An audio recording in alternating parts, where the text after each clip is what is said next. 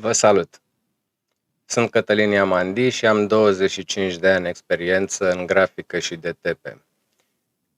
Astăzi o să vorbim despre ce este și cum fac o carte de vizită.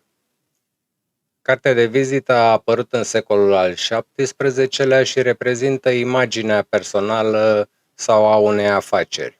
Dimensiunile standard în Europa sunt 9 pe 5 cm sau 85 pe 55 de milimetri, dar se pot face orice dimensiune sau formă, nu neapărat dreptunghi.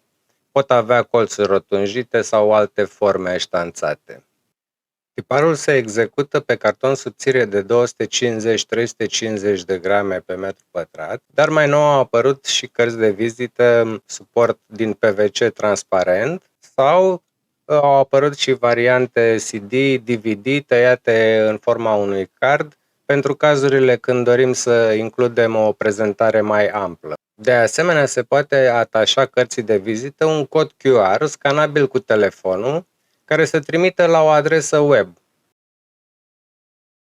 Indiferent în ce program o să creăm această carte de vizită, trebuie să plecăm de la niște reguli general valabile. Documentul să fie CMYK, pentru că urmează să-l tipărim, la 300 dpi rezoluție. Scriem datele și alegem un font ușor de citit. Includem un logo și ce alte elemente grafice mai dorim. Alegem culori asortate.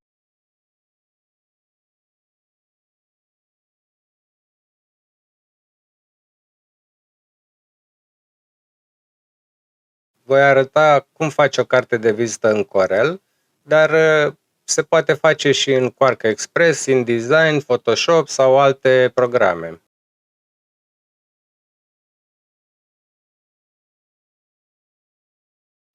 Dacă avem elemente grafice scoase în marginea documentului, atunci ele trebuie prelungite 3 mm, să avem un blid exterior pentru tăiere la ghilotină. De asemenea, tot pentru tăierea la formatul finit, este recomandat să nu ne apropiem cu textul de marginea documentului la mai puțin de 3 mm. Riscăm ca la tăiere să ne ciupească din text. Vă mulțumesc pentru că ați rămas până la finalul videoclipului și vă rog să vă abonați pentru a primi mai multe referințe pe grafică și finanțe personale. O zi plăcută!